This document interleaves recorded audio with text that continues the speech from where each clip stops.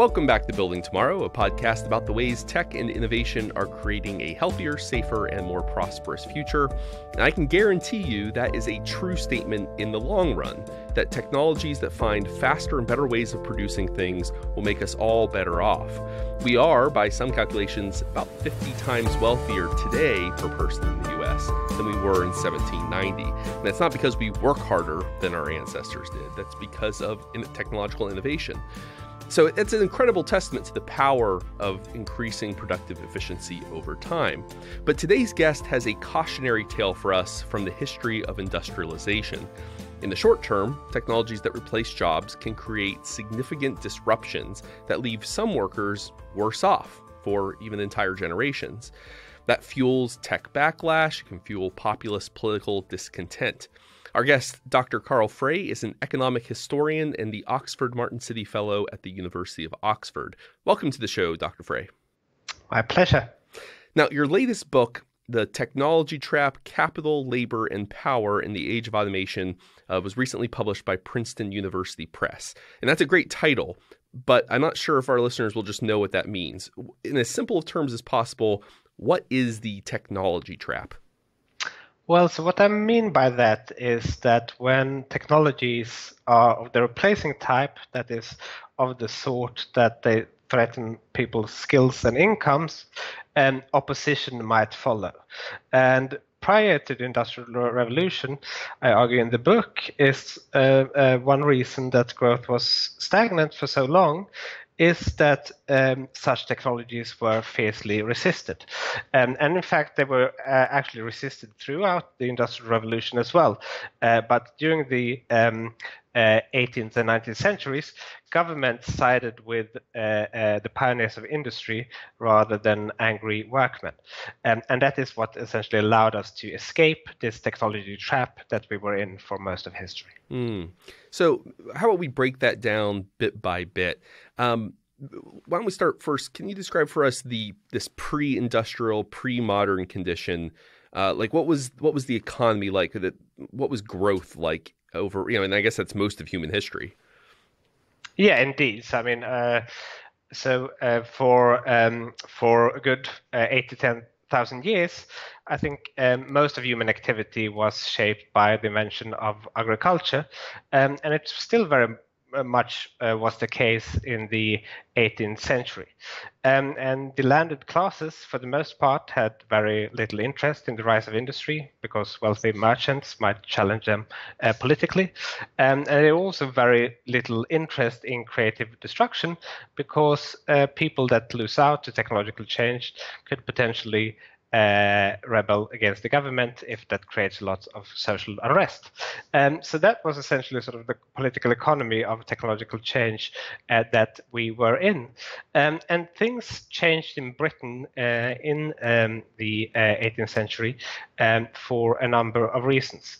One was that competition between cities in England meant that the political clout of craft skills was eroded because their political power didn't extend beyond their own city. Another factor was the growing competition between nation states, which made it harder for governments to align technological conservatism with the political status quo. Most leaders realized that their military muscle also depended on their economic strength.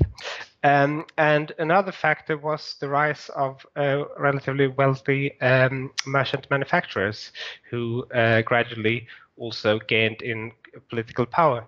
And they were the ones who stood to benefit from mechanization. And as a result of that, attitudes towards technological progress shifted. I find it really interesting as I was reading the book to think about the ways in which it's easy to assume today that folks will welcome growth and development, that like we have this mindset that's kind of baked into our culture in many levels that finding a new way of doing something is better.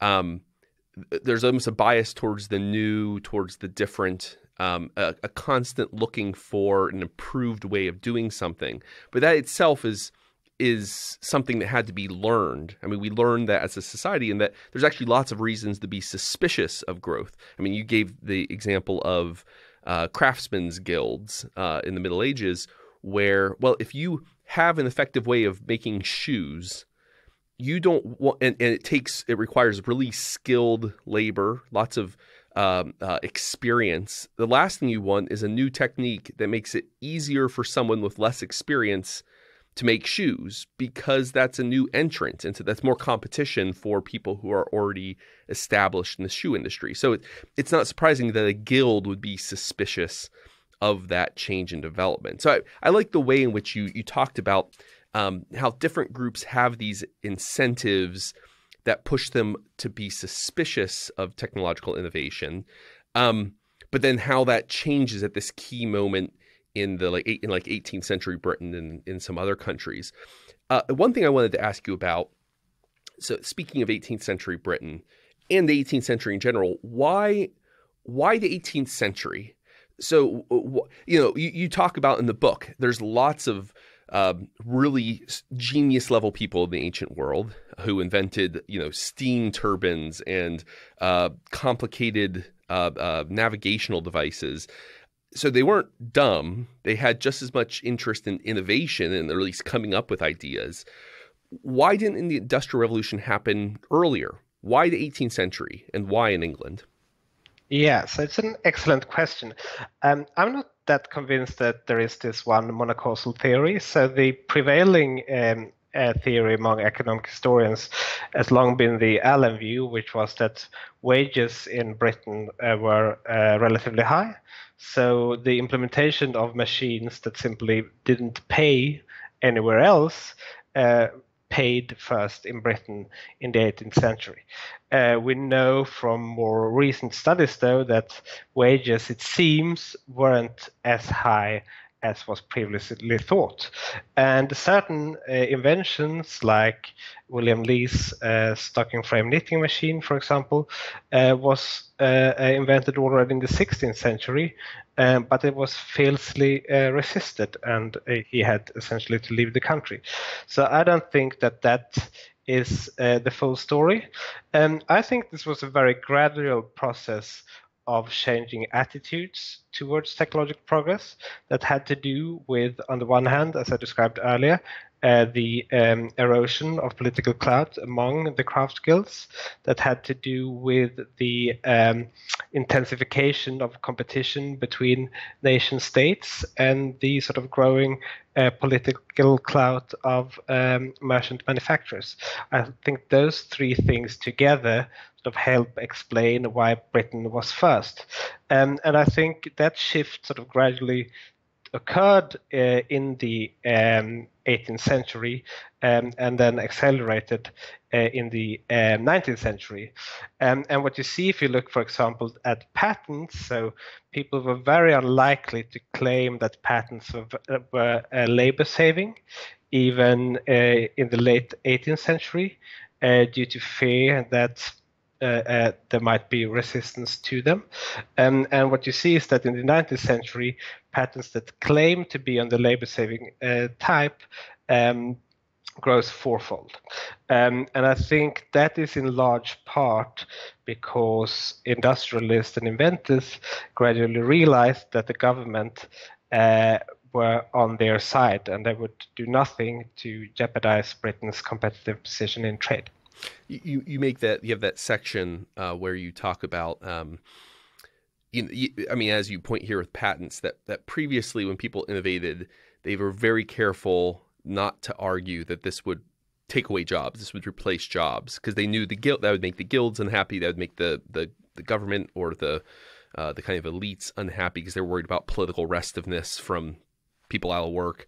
I thought that was actually a really a brilliant way of proving your point, was to look at what people said in patents, or I think that was a very smart move. This reminds me of something. So this, looking at people's attitudes towards innovation and being open to the idea that even replacing labor is a good thing, that reminds me of of Deirdre McCloskey, some of her bourgeois trilogy books. And I've always been struck by the difference between the economic historians explaining the rise of, well, the hockey stick of growth, this explosion of growth in the last couple of centuries, hers leaning on a cultural explanation that was a shifting attitude towards trade and merchants and and that kind of, and I think we could probably include in that innovation and labor replacing devices, versus theories based on just accumulation or natural resource availability. Like here I'm thinking like Kenneth Pomerantz, The Great Divergence, his explanation. He basically says the reason why China doesn't industrialize is because it has a hard time getting the coal. So it's like a natural resource explanation.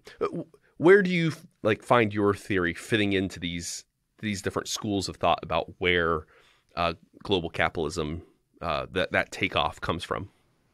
So I guess I think all of those explanations have some merit. So I think when you want to try to explain a very complex phenomena like the Industrial Revolution, there's a tendency to sort of try to focus on one monocausal theory.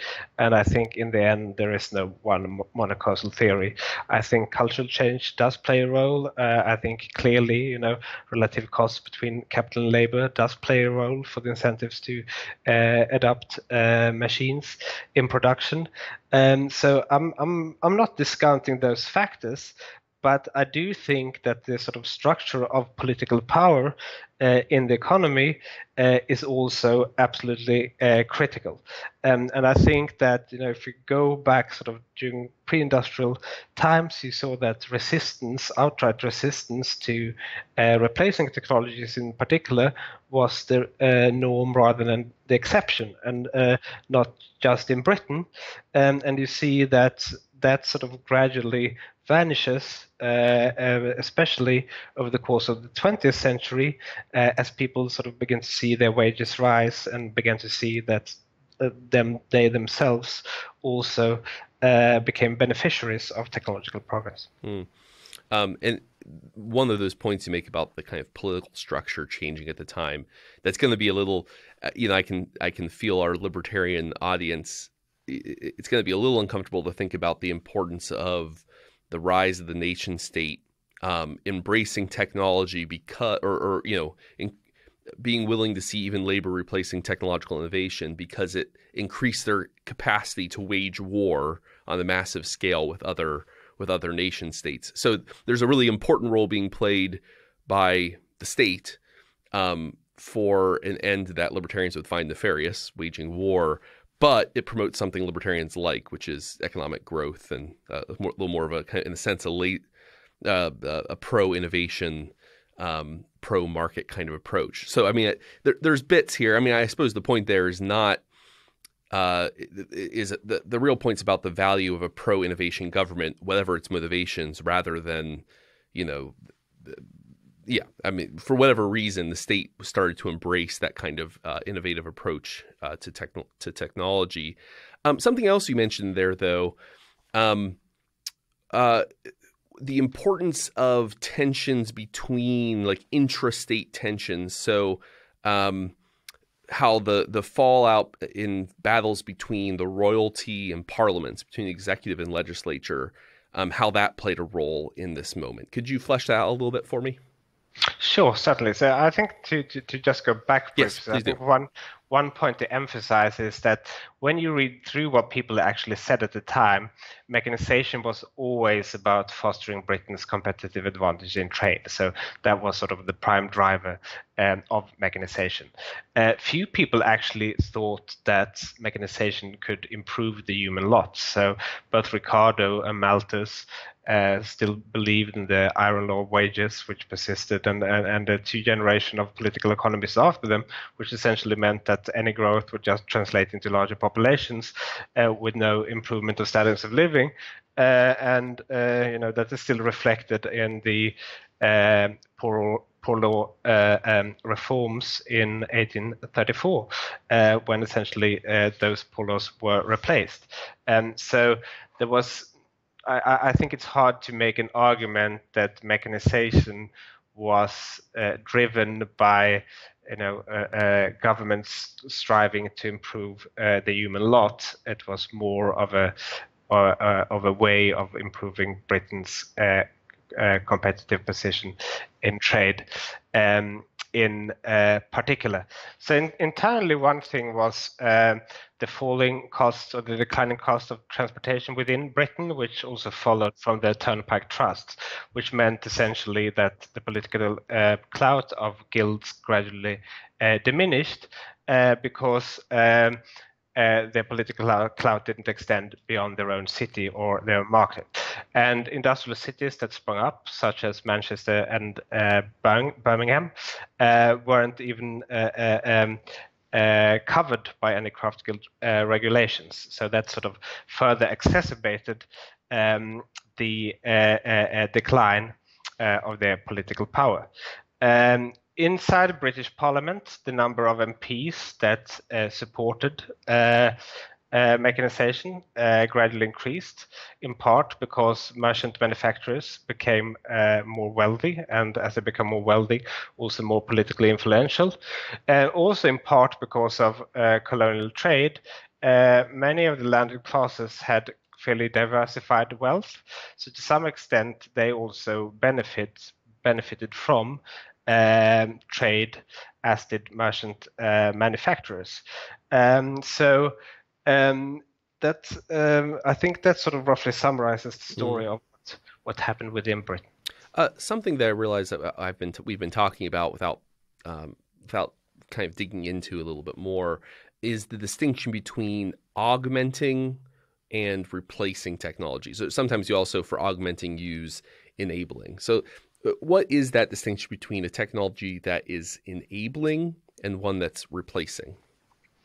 Yeah, so a replacing technology is a technology that makes your skills or my skills redundant by replacing us in a certain task. So the most clear-cut example of that is back in the 1950s and 60s, we used to have a lot of elevator operators with a good sense of timing, and they could stop the elevator when it was parallel to the floor.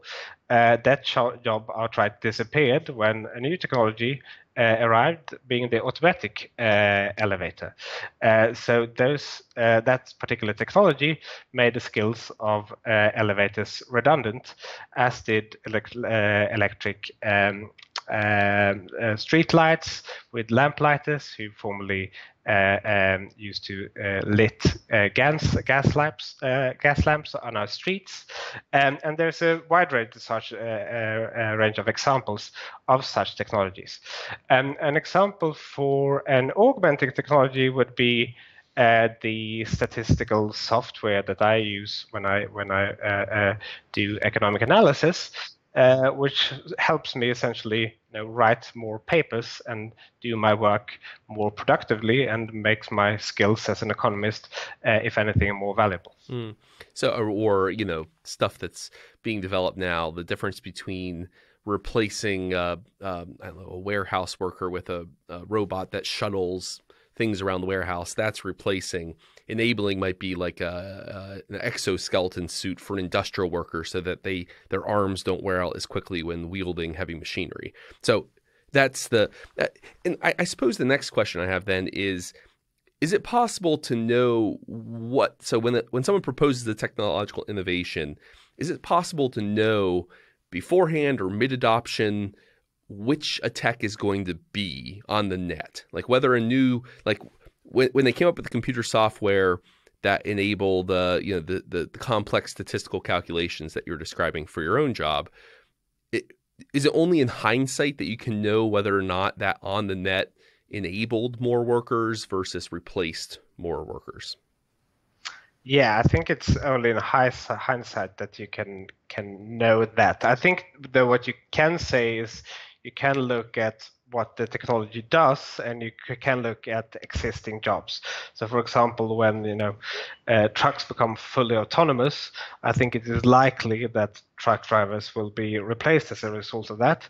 I had some discussions recently with somebody claiming that, well, school bus drivers, for example, they do other things like they look after the children as well in the bus. They don't just drive, which is certainly true.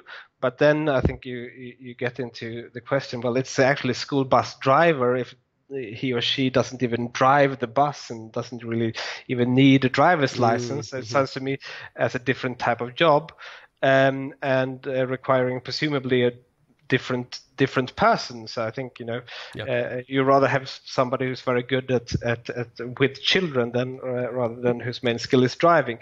So a lot of patience. Indeed. So I think it's hard to say. Predict exactly what the effects of new technologies are going to be, but I think it is possible at least to say something meaningful about it.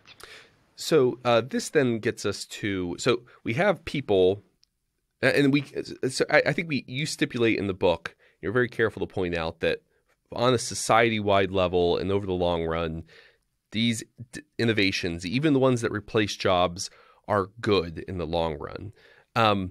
But of course, as you also note, in the long run, we're all dead. So in the short term, though, there are people who, our bus driver here, if they spent all this time and effort and expense training to get their CDL, so they're certified to drive a bus, but now that's not going to help them with the new position that's replacing them, the childminder. They're in the short term. And the short term can be their entire lives, an entire generation, they're worse off. And so that gets us to something you describe in the book as, I think this plays into the Engels pause. So maybe you can flesh that out a little more for our listeners. Yeah. So I think, most economists acknowledge that technological change is what we call welfare improving. It makes us better off on average. But most economists will also acknowledge that technology isn't, at least in the short run, Pareto improving, right? It doesn't make everybody better off, at least in the short run. I think what is commonly not acknowledged is that we are not very specific about what the short run is, right? Whether it's 20 days or 20 years, it's kind of a big difference. And there have been episodes of technological change where things didn't work out very well for average people for a very long time. And one such episode is what the economic historian Bob Allen has called Engels' pause. And that was the first 7 decades of the Industrial Revolution, where the factory system replaced the artisan shop. A lot of middle-income craftsmen saw their incomes vanish.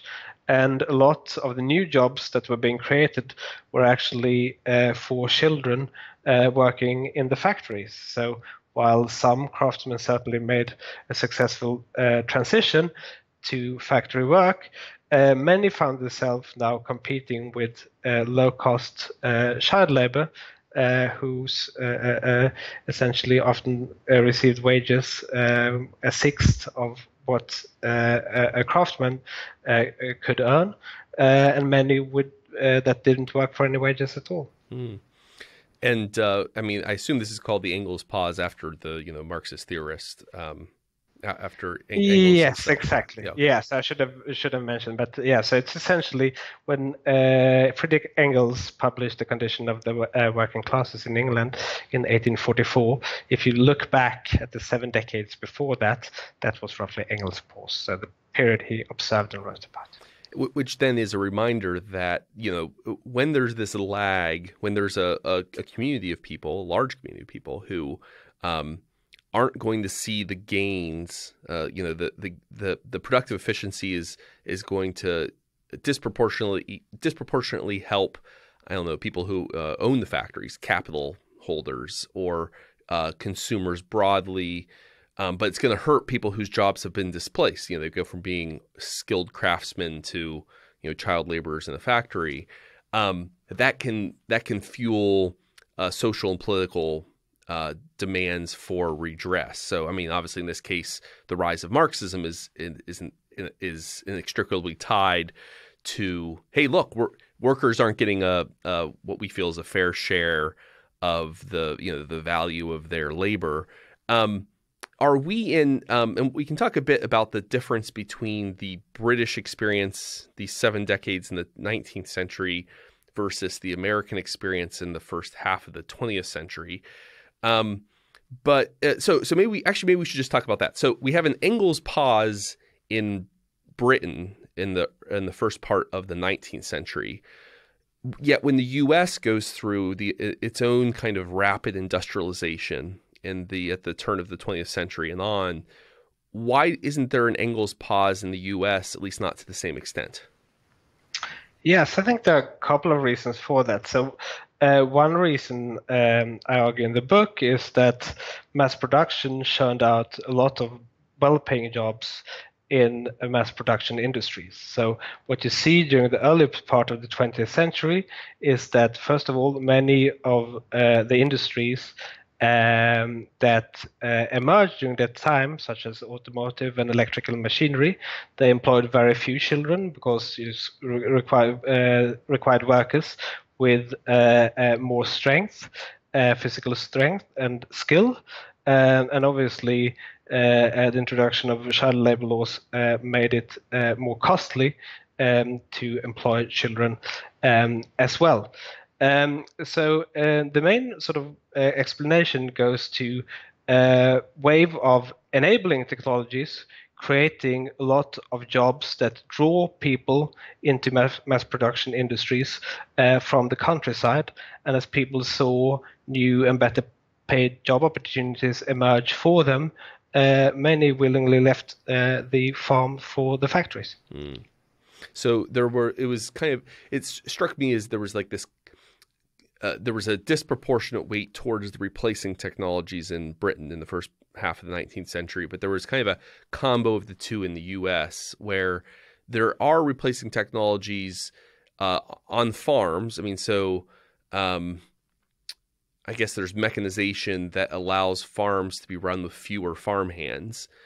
So the demand for labor on farms goes down, and but folks are also, there's new enabling technologies on factory on assembly lines in the Ford Auto factory and the like. So you have that kind of a balancing effect going on in the United States, and it wasn't as balanced in a sense in the 19th century. Is there any reason for that? Is it just happenstance that there was fewer enabling techs to offset replacing technologies in the 19th century Great Britain?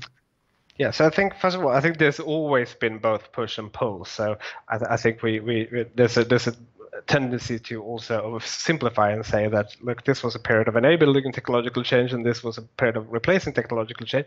But on balance, I think every episode has had a bit of both. I think what the distinction I'm trying to make in the book is that most people were pushed out of the artisan shop as the sort of early factories replaced it. Most people during the early 20th century were drawn into mass production industries because of better opportunities being offered there. And since the 1980s, a lot of people have been essentially pushed out of manufacturing as the United States and other countries has deindustrialized. So I think that is sort of, broadly speaking, the distinction. I was going to ask, though, so we have an Engels pause in the 19th century, less of one in the early 20th century in the U.S., but are we in an Engels pause today? Are we in a new Engels pause in the U.S., I suppose, specifically, or in the developed nations more generally? Yeah, so I think we are. I mean, if we look across countries, so I think we see certain common features. So we see a hollowing out of middle-income jobs. That is something that is prevalent across the United States and also the industrial West more generally. We have seen a decoupling between productivity growth and wage growth. That is something that we see more broadly across the industrial West. And also we've seen, that's just a different way of saying the former, that the labor share of income has fallen. But it's done so to varying degree. And I think that is no surprise. I mean, every technology or interacts with different set of institutions in different countries, so we couldn't expect the impact to be exactly the same. But it still sort of points towards global forces at work, those being globalization and technological change. And if we look since the 1980s, and the United States is most extreme in this regard, but what we see is that not just has inequality risen, but the wages of workers with no more than a high school degree has actually fallen for over 3 decades now. So on balance, those groups in the labor markets have been net losers to automation. Now, you might obviously say that, some of that has been made up by them also being consumers, and they have access to more goods and services than they did in the past. And, a lot of new things like YouTube and Wikipedia, it's free. So that's all wonderful. But I still think that there are reasons to be concerned about this, and particularly because the impact of the technology has been so uneven within countries, right? So I mean, the caricaturist would be the Bay Area and Detroit, right? Most tech industries, most tech jobs have clustered in places like the Bay Area. On the other hand, you see places like Detroit where a lot of manufacturing jobs have disappeared, and those jobs in turn used to support the incomes of other people living there, right? As people go out and spend their money in the local service economy. And as those jobs have disappeared in manufacturing cities, the local service economy has taken a hit. In places where we see that new tech jobs have emerged that created a lot of new spending power, and has led to the creation of a lot of new jobs in the local service sector. So that has sort of driven this imbalance as well, and this polarization that we see across geographies. So along with that, I mean, it's both a regional disparity in terms of income potential, so Bay Area versus Detroit is, I think, a great way that you put it. It's also then folks with college education versus folks without. There's these, and I the point you make about the pulling away, so it is well put, I think, or hollowing out the middle class. That what you have, it's not as if the middle class has all gotten poorer. You have more upper quartile people. You have more upper income folks than we had a generation ago, but you also have more lower income folks. That the middle class is kind of pulling towards opposite sides of the income distribution compared to previous generations. This though seems to this brings to mind Thomas Piketty's book, his argument that you seem to disagree with on at least some level, where he says that essentially only political or catastrophic shocks of some kind can decrease the natural tendency of capital towards inequality. That short of a world war or a series of natural disasters or some major political intervention, this trend towards wealthy upper income set of folks and a lot of lower income folks, so mass income and wealth inequality, that's inevitable. To what extent do you disagree with that kind of perspective, and what do you think is the main driver in this case as an alternative to kind of the Piketty perspective? Well, Piketty essentially focuses on wealth, and most people don't have a lot of wealth, right? The wealth of working people is in their skills, so their capital is their human capital. And if you look at, if you want to explain, for example, the trajectories of the incomes of the top 1%, the forces described by Piketty might be the right to look at. I'm not sure, but if you want to explain why the wages of people with no more than a high school degree has fallen for 3 decades, I don't think that provides a helpful framework for thinking about that. And I would think that he doesn't probably not think so either. So there are a lot of other things that are going on, and clearly, if you want to understand sort of the economic trajectories among people, among the 99% rather than the 1%, I think that globalization and technological change has more explanatory power to offer. On a related note, now at one point in the book you mentioned that perhaps 80% of the income difference between rich and poor countries across the globe today can be explained by different rates of technological adoption.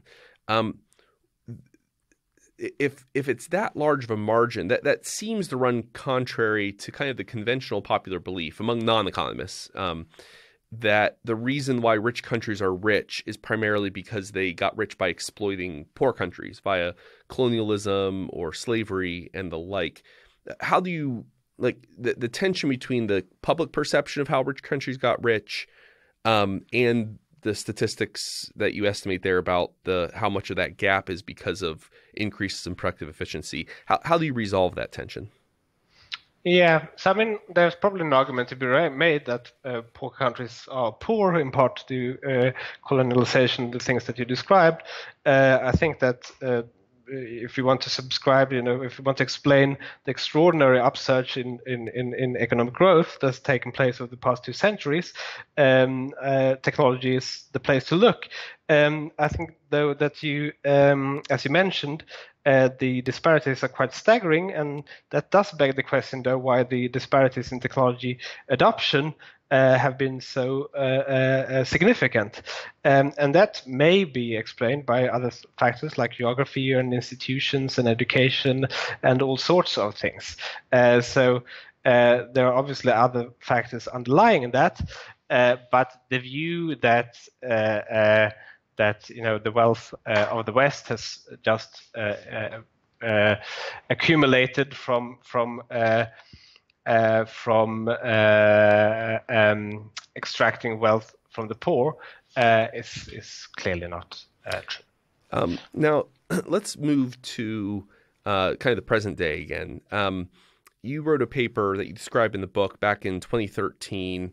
You used this big database covering occupations. It was like 97% of U.S. workers. So it's this, and you estimated in that paper that some 47%, so nearly half of U.S. jobs are at high risk of automation in the near future. What kinds of, so we've been talking about mechanization during the Industrial Revolution, and now we're talking about kind of automation today. And so it's a different set of technologies, but it's a similar process, and it's, again, labor enabling versus labor replacing. But what kinds of jobs and skill sets today do you think are most frequently showed up or are most likely to be replaced by automation technology? Yeah, so we find that to be a very tricky question to answer, because there's been so many inroads of machine learning on anything from driverless cars to translation to medical diagnostics to document reviews. So a very sort of broad set of tasks are becoming automatable. So we sort of turned the questions around and asked, despite all of these advances in machine learning, in which sort of domains do human workers still hold a comparative advantage? And I should say I'm an economist and economic historian by background, and I did this research with colleagues in engineering sciences who are developing exactly these technologies that we are discussing.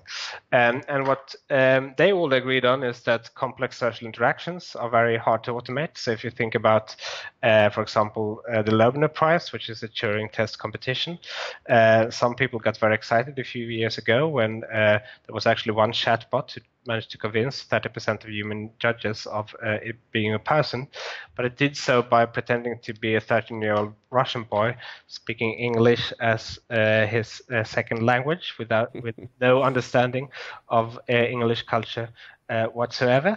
And I mean, if you think about the variety of indeed, so if you think about the variety of much more complex social interactions that we do in our daily jobs, where we try to persuade people that we are right, and we manage teams, and we assist and take care of people, and all sorts of things. That is very far off from being automated away. So anything that centers on sort of more complex in-person interactions is very hard to automate. The second bit has to do with creativity. And I think there's a tendency, so there's a big debate in the machine learning community whether algorithms can be creative. But I think most of that disagreement has to do with the definition of creativity. And I think there's a tendency to conflate originality and creativity. So, I can, draw up something novel, but it's probably not going to be very appealing to most people because I'm simply not a very talented artist. But it's probably original, and could probably be original and novel to some extent. But I'm very unlikely to get anybody to pay for it. What you can certainly do is that you can, there is software that writes music, and you can certainly just create a database with all the symphonies that have ever been written, and you can label them and say that these are the Mozart symphonies. They are all very nice, so that those are good, and the other ones we don't like them so much, and the algorithm would come up with some recombination of those symphonies, and it would probably sound quite similar to Mozart. But you wouldn't arrive at Stravinsky or Schoenberg or Arvo Pärt. I think one of the reasons for that is that artists don't just draw upon other sort of pieces of music. We draw upon or they draw upon other experiences of life, and might be even a dream. So in many cases, we draw upon things that are probably always going to be outside the sort of training data set. So I think creativity is another domain that is still going to be firmly in human hands. And the third bottleneck we identify has to do with the perception and manipulation of regular objects. So, humans have very dexterous hands, and we are able to identify and distinguish between a great variety of objects and pick them up and put them in different places. And if you think about your home, for example, you have hundreds of objects lying around there, and certain things are very easy to us to we see if there's a bit of rubbish lying on the floor, and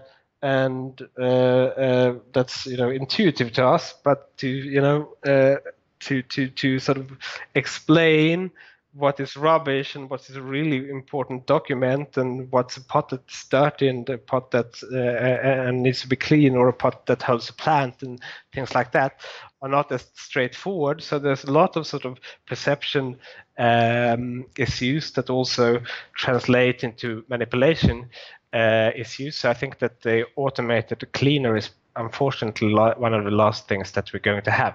So that was essentially how we approached this, by looking at how intensive jobs are in tasks that correspond to these engineering bottlenecks to automation. It was interesting when I was out at TechCrunch Disrupt last year interviewing startup founders. It's clear that trying to decide which, and again, this is a matter of prediction, which is always hard to do, right? It's always easier in hindsight, which is why it's great to be a historian, because you usually worry about the past. But there's great value in predicting what is going to be automated, what careers, what professions. I'm sure you can quibble about which exact professions are most at most vulnerable. Like, there was one startup that says they're going to automate much of what lawyers do in doc review. So, fresh out of law school, you go through boxes and boxes of documents trying to find stuff of interest to the legal team. And they basically said, look, AI can do that quicker, cheaper, and actually find stuff better than a human individual. So we're going to automate that. So, but the point's not that we don't know which professions that's going to be true of. And there are professions that are more resistant to the shocks than others, ones that are, as you mentioned, more creative, that require more human social interaction, et cetera. At the same time, though, I think in general, folks who are studying this question say, look, a lot of jobs are going to be automated. over the next, the near time horizon over the next couple of decades. And that has knock-on effects, not just, the economic effect is people who train for one career suddenly finding out that career has been automated. So the economic effect is, well, they're not making as much money. They're unemployed or underemployed. A mismatch between what they trained for and what they're actually doing. But that then has knock-on political effects as well. There's, we should expect a kind of backlash against automation tech because that's what's happened in the past. You talk about Luddites in the book, the kind of Luddite resistance to technological innovation and why that didn't work. I mean, the formal Luddite movement really, it was King Canute trying to hold back the sea with a command to some extent. Do you think that a neo-Luddite, like the potential for resisting automation today, has a better chance of succeeding, for good or for ill? It's a very good question, especially because it's a very hard one to answer.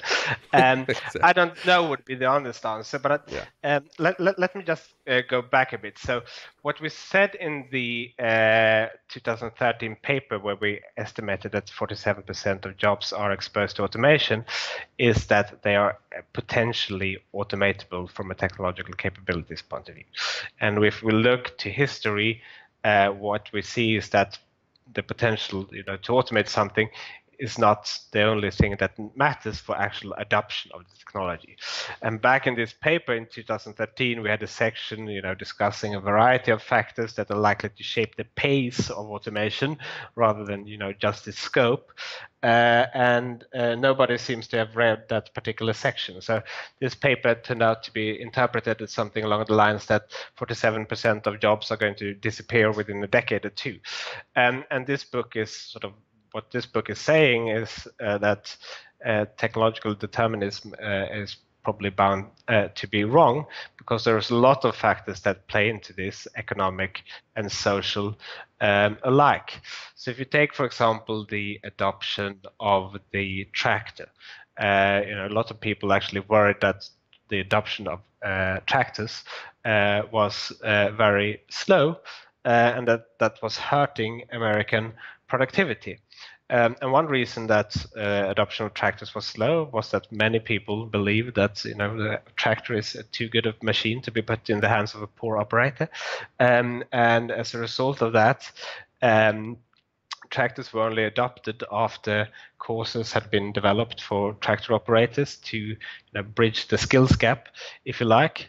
Another reason is that there was an abundance of cheap labor in the countryside for a long time, so it didn't make economic sense to invest in tractor technology. Farms had to consolidate for the technology to become economically viable. And these were all factors that sort of played into the adoption of the tractor. And it's also the reason why it took a long time for the technology to spread. So what I'm saying in the book is not that all of these jobs are going to disappear anytime soon, but there's a lot of factors that drive decisions to automate. And that historically, when technology has been of the replacing sort, resistance has been more likely. And I think if we go back 10 years, few people would have predicted, the trade war that we're having now. But we knew already, or economists knew back in the 1990s, that trade is welfare improving, but it's not Pareto improving. And the same is true of technology. And here we are. So I think we need to be very careful that we, don't make the same mistake with technology as we have made with trade.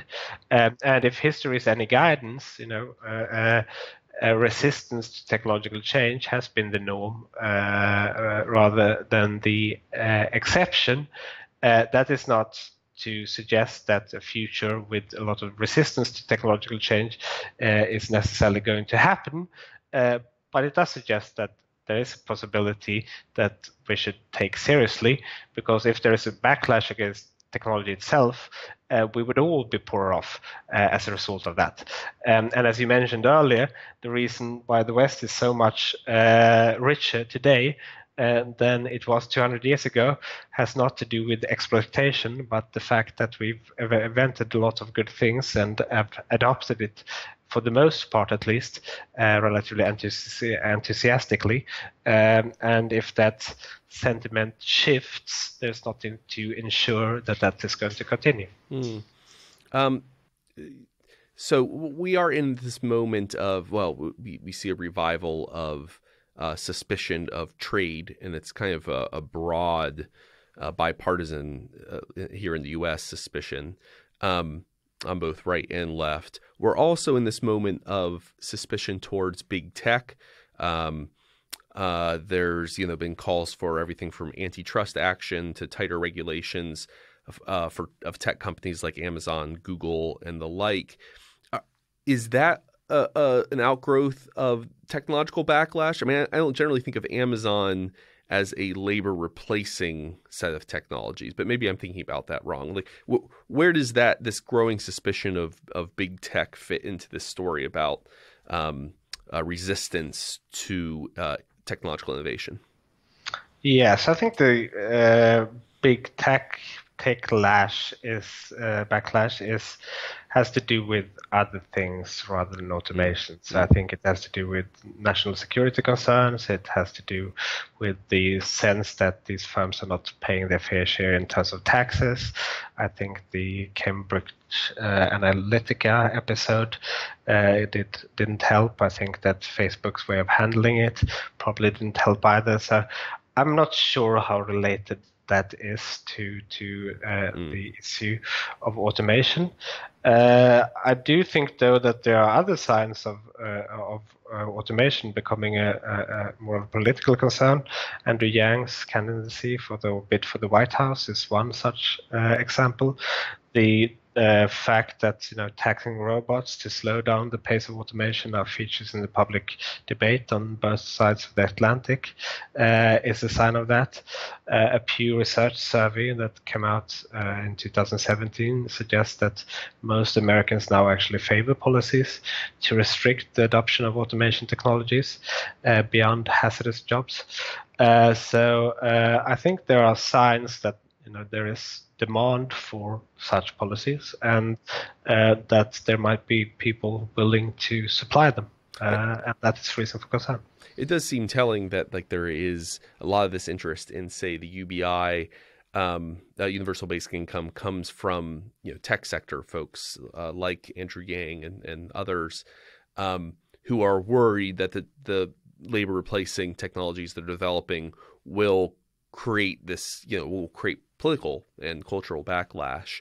And I'm somewhat agnostic on the question of the UBI. I could see it either salving the displacement, and thus mitigating Luddite opposition, the techlash, or it could, create a permanent underemployed underclass of the automation displaced to make things worse. I don't know. I mean, that's again a hindsight kind of outcome. But in the book, when it comes to solutions, you seem kind of bearish on UBI, job retraining, bullish on things like solutions like the earned income tax credit, limiting occupational licensing, and some other things. What if you had to pick one kind of suite of policy responses that you think would be most effective in responding to kind of the tech backlash? What would it be? So I think of the menu of proposals I have in the book, I think I put early childhood education and infrastructure investment to connect places at the top. So as an example of the latter, I grew up in southern Sweden, in Lund, small university city, but close to Malmö, which had a big shipyard up until the 1980s, when that went bankrupt. And as a result of that, the Malmö economy experienced a period of stagnation, which first reversed actually with the construction of the bridge to Copenhagen.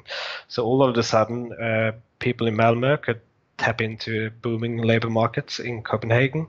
They could still stay put in Malmö, where housing remained cheap. Has been growing since, I can say, but still relatively cheap. And they often, because they stay put in Malmö, would spend their money locally where they lived, which gave a boost to the local service economy. And the region is now one of the most dynamic labor markets in Europe. So I think that connecting places in this way can make a big difference. And I think with regard to early childhood education, we don't know exactly what the skills of the future will be, but we do know that children that have early deficits in or deficiencies in math and reading skills, they tend to struggle to catch up in education also later in life. They are much less likely to go to college. They are much less likely to vote in elections and so on and so forth. So I think that investing early on in children, particularly from deprived, in deprived areas, is to me a no-brainer. So that's the second thing I would pick. We had an author on the show a little while ago, a guy named John Ibbotson, who's a Canadian journalist, who wrote a book about the coming global depopulation crisis. That contrary to the UN's estimates, that global population will, he believes, peak in 2050 and start to decline, and that it's going to seem strange in the future that people were worried about too many people. Most countries in the world by that point will have sub-replacement birth rates, and so part of me, as I was reading the book, I was thinking about, like, that's not to say we won't have an Engels pause in the medium term for the next couple of decades, but if that were true, if there's a coming global depopulation crisis, where we would have naturally a mismatch. Then we're going to have an undersupply of labor, of workers, because there are going to be fewer people every generation, every year. Would you expect that to mitigate some of this? I mean, we'll actually be desperate for labor replacing devices because we won't have enough workers. Yeah, I mean, that may well be the case. So I don't have a very strong view on that. My general perception is that these technologies will be good for productivity, and they will make our jobs more interesting, allow us to focus on things that we like, such as interacting with people and trying to be creative and that sort of thing. And they're going to offer a lot of good services for us, and recommendations on Amazon and all sorts of things that we can't even imagine today that will be very beneficial to us in the long run. I'm more worried about the short-run dynamics of this, and that the short run could potentially be a long time. So, I mean, looking forward in the next 50, 100 years, it may well be the case that the problem is not finding enough workers, and some people even argue that that is the case today, right? Unemployment figure has been trending down for a while now. What we see, though, is that certain groups in the labor market are not sort of reaping the benefits of that. So particularly prime-age men who would have taken on jobs in the factories during the post-war boom years are the ones that are to a large extent outside the workforce. And I'm more worried about going forward that many of these technologies seem to me to be quite skill intensive. So I think that the return to skill is likely to intensify and unlikely to diminish. And I think that many of these technologies, it seems to me, are more likely to replace low-skilled workers. I think there's been a variety of studies on how susceptible jobs are to automation, and they come up with various estimates. But I think one thing they agree on is that low-skilled jobs are more exposed to automation overall. So I worry more about certain groups in the labor market struggling to adjust rather than there being enough jobs. Yeah. Well, and even if this resolves itself in or if the pressure is alleviated in 30, 50, 100 years, in the long run, as you put in the book, we're all dead. So we have to worry about the short and medium term, not just the long run. And in fact, this is one of my favorite lines from the book. You write, "Artisan craftsmen whose feelings were stronger than their judgment rebelled against the very machinery that came to deliver unprecedented wealth for the commoner," or so the story goes. This story is an accurate description of the long run, but in the long run, we're all dead. And that made me think about the kind of, in a sense, there's an empathetic or empathic argument for and against this kind of technological displacement. People can see, I mean, this is a that which is seen, that which is not seen, a Friedrich Bastiat kind of observation, but we can see the impacts of labor replacing technology on displaced workers right now. But it's harder for us to see or imagine future generations who will benefit from that technology, from the gains in productive efficiency and growing wealth. Do you think, and here's my last question, do we have an ethical obligation to future generations to permit technological innovation, even if doing so doesn't benefit ourselves or even negatively impacts our own incomes in the short term? Well, I think that's, I mean, your question comes down to how you value future lives, right? I mean, you value the lives of people who haven't been born yet. I personally think that we should, and I think that there is to some such an obligation. But I mean, it's a value statement, so sure. I'm sure there will be a bit of a disagreement about that. We need an economic philosopher to join our economic historian here. Yeah. Well, Dr. Frey, thank you so much for coming on the show. I'll say for a nearly 400-page book on economic history, it's very readable, sprinkled with lots of fascinating little stories and even humorous facts. So thank you so much for coming on the show. Thanks a lot for having me. Before we go, I'd like to note that this was our 50th episode of Building Tomorrow. I'd like to thank all of our listeners for sticking with us. Maybe we'll make it to 100 before my job is fully automated. I don't know. But until next week, be well. Thanks for listening. Building Tomorrow is produced by Tess Terrible. If you enjoy Building Tomorrow, please subscribe to us on iTunes or wherever you get your podcasts. If you'd like to learn more about libertarianism, find us on the web at www.libertarianism.org.